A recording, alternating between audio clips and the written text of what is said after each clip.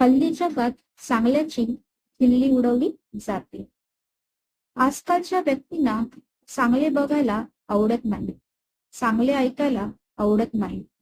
मोजक्याच व्यक्ती असतात त्यांना चांगलं आवडते. जिथे वाईट दाखवतात, वाईट ऐकवतात, तिथे पसंती अधिक असते.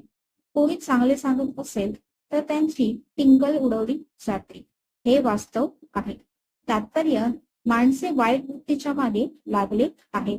थँक्यू. हल्ली जगात चांगल्याची खिल्ली उडवली जाते.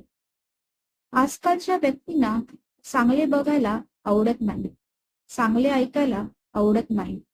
मोजक्याच व्यक्ती असतात त्यांना चांगलं आवडते.